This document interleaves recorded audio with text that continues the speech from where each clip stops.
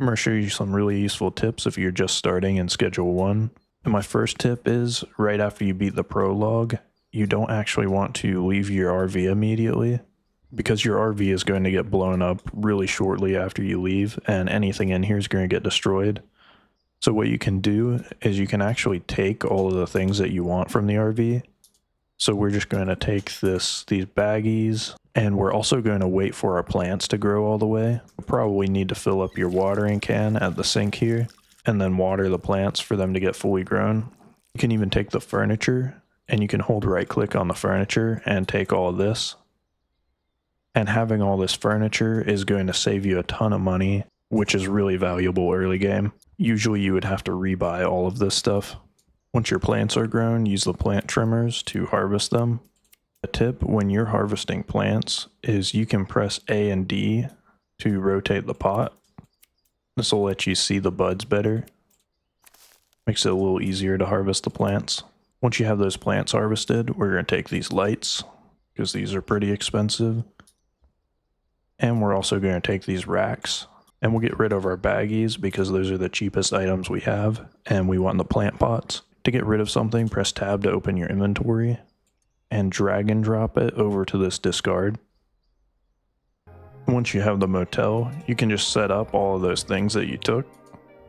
So set up your grow lights, and the pots, and your packaging station.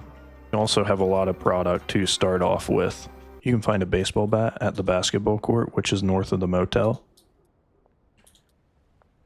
And with this baseball bat, you can knock people out, but you can also break these kook machines and get money from them, as well as ATMs. That's a really fast way to make money when you're starting out. So you can be running around breaking machines while you're going to customers. Be careful when you're breaking machines though, because they take a couple of days to be repaired. So don't break ATMs that you'll be using. You can also buy the trash grabber from the hardware store. And while you're running customer to customer or running around, you can pick up trash and take it to these cash for trashes. Then just left click, press the button, and then collect your money. Something I like to do is, instead of getting baggies, I like to get jars. And these jars can hold 5 of whatever product you're selling. Usually this comes with the downside of customers not wanting exactly 5, but what you can do is you can click on the customer's order request, then click counter offer, and just go to 5 and set your price. Then send. Most of the time they'll accept, especially if you have a good relationship with them already. So doing it that way is an easier way to be carrying a lot of units at once.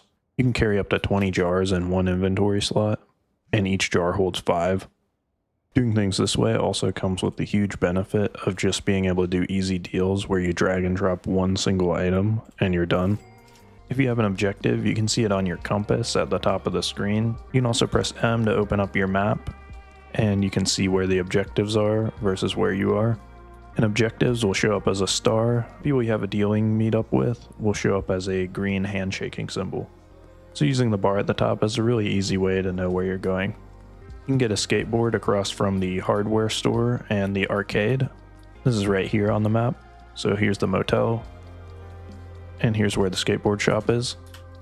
Use your skateboard, equip it in your hand, and then hold left click.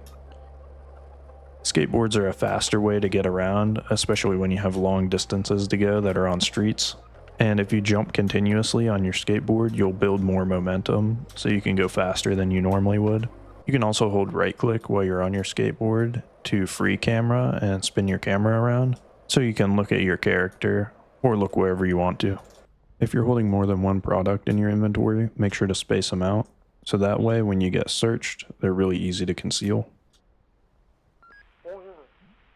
If you have police on you, as long as you get away, you have no consequences. So you can do whatever you want with the police. So you can use your skateboard to get away from police, or you can just run around cover a lot of times, and eventually they'll lose you. Once the letters at the top go away, everything will go back to normal, and it's as if you never even committed a crime. And a final tip I have is always carry around baggies with you of a sample product. And occasionally check your map and look for these potential customers that will have a circle around them, and they'll also say potential customer on the map, and give them these samples. That's a good way to be building connections all the time and getting more customers. Building connections this way is also a good way to get close to the dealers and suppliers, and you can see these connections in your contacts under the region that you're looking at. And if you get a connection next to a dealer or supplier, if you do enough deals with them successfully, then they'll get to friendly status and you'll unlock the dealer and supplier. And that's it.